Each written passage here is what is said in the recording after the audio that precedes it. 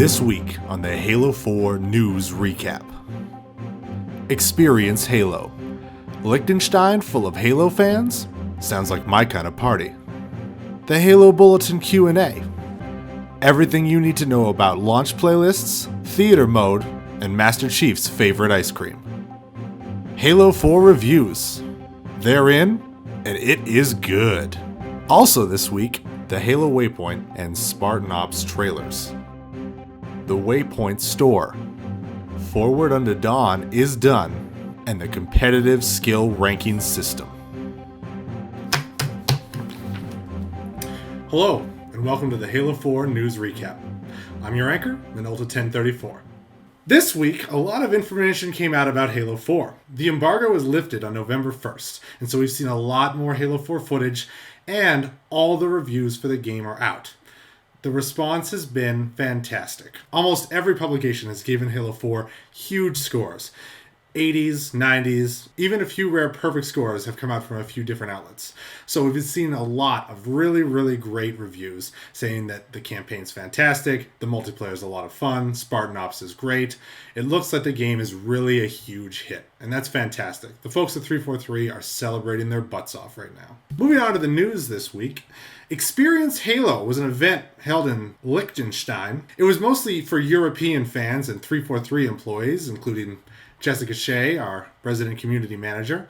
But one lucky North American fan got to go as well. That's Naked Eli over at Naked Halo. You can check out his video right here. It's fantastic. It looks like he had a lot of fun, and they got to play a bunch of Halo 4. So I really encourage you to go check it out. And Eli, if you're watching this, I just want you to know, I hate you.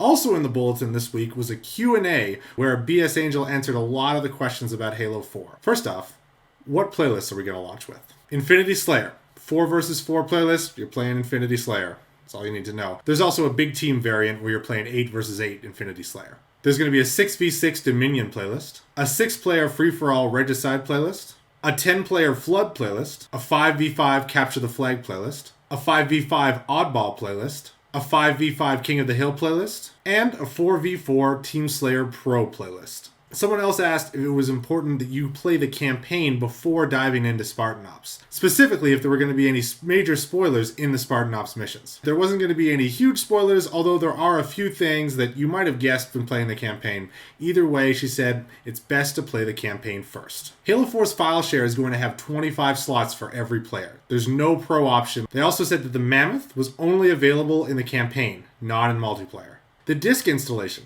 When you install disk 2, it takes, a few minutes to install the 8 gigs, but then you can run everything from disk 1. You don't have to be swapping disks to go into the Infinity multiplayer experience and then swap back if you want to do campaign.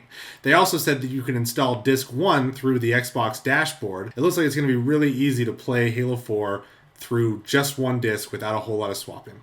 They also answered questions about the pre-order weapon skins. Specifically, if you pre-order a weapon skin, that weapon will be unlocked immediately for you. You don't have to go through and get to the SR rank. The good news is that the weapon pre-order skins are mostly for the BR, the DMR, and those are very early unlocks in war games. So you're not going to have to worry about someone jumping in line and getting a huge upgrade right away. Although they did mention that the armor might have been a little bit further along, but that's not really as big of a deal to me because the armor is purely aesthetic. There's no advantage in gameplay. They also spoke about a new game type called Extraction, which is where Spartans have to go to various sites to extract assets using a new translocation process. Apparently, Spartans will set up, start the extraction, and then have to defend the point while the extraction is in progress. They also talked about the Betrayal booting system, that it's going to be a little bit smarter in knowing the difference between accidental and legitimate betrayals.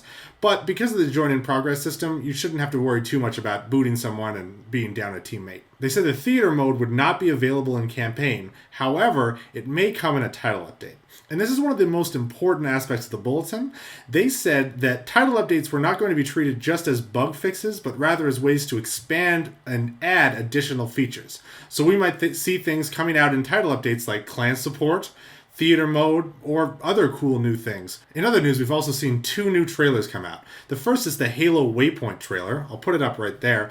And it looks really cool. It's outlining all the new aspects of the Halo Waypoint website, as well as some of the cool things that you're going to be able to do and how it integrates with your Xbox experience and Smart Glass. You should go check it out. The Spartan Ops Season 1 trailer was also released, and I'm telling you, the CGI in this thing looks ridiculous. The cutscenes are fantastic. I'm really excited to see what they do with Spartan Ops. The video looks great. They also released an interactive guide this week on HaloWaypoint.com.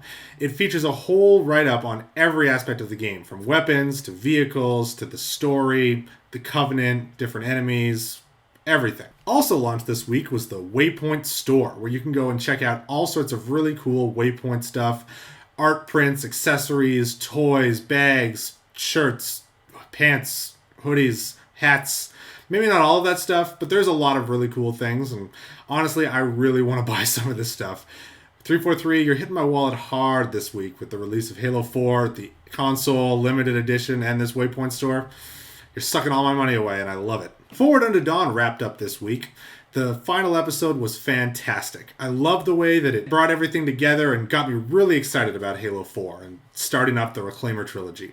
It looks great, and honestly, at the start, I wasn't really excited about Forward Unto Dawn. The first episode, I was a little iffy on, but after watching 2, 3, and all the way up to 5, I loved it. I thought Stuart Hendler, the whole cast and crew did a great job. It was very well directed, really well written, and I would urge you, if you haven't already gone to watch it, go check it out. I mean, the whole thing is just great, and it's going to get you really excited for the release of Halo 4. Finally this week, some good news for competitive players. They just released information on Halo Waypoint about the ranking system for Halo 4. It's called CSR, or Competitive Skill Rank. Initially they've said it's going to be a 1 to 50 system, giving you a ranking inside of each hopper. So something similar to what we saw at the end of Halo 3, although all of this is subject to change or alteration. They could choose different numbers, like maybe a 1 to 100 system. They have said they're going to be tracking your skill data from day 1.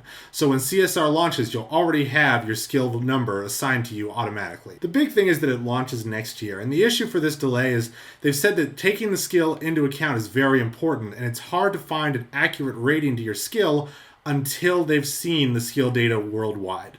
So what they're doing now is they're going to be launching now and collecting the data, and then once the statistics are coming in and they have worldwide data from all players, they'll be able to build a ranking system or complete and fine-tune a ranking system that will work hopefully for everybody, and they won't have as many problems as previous ranking systems have.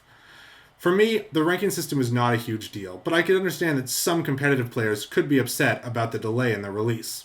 Rest assured, 343 seems to know what they're doing. I mean, just look at the Halo 4 reviews. I think you can still have fun playing Halo 4, even without the ranks, and you'll probably have a pretty good idea of how good you are when compared to other people. It's only a couple of months away. I mean, November 6th is now, and they're saying early next year, so we're looking at 2 to 3 months, and so I don't think that's going to be that big of a deal, at least not for me.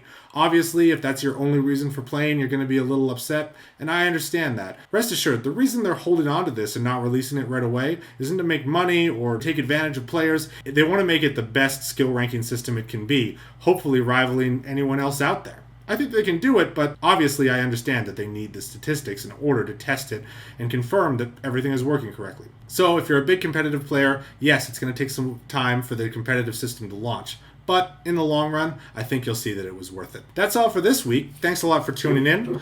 I'm your anchor, Minolta1034. I want to point out that while it might have seemed professional, the entire time I was wearing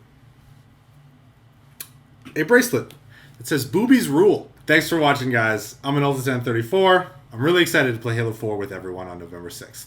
Thanks a lot for watching.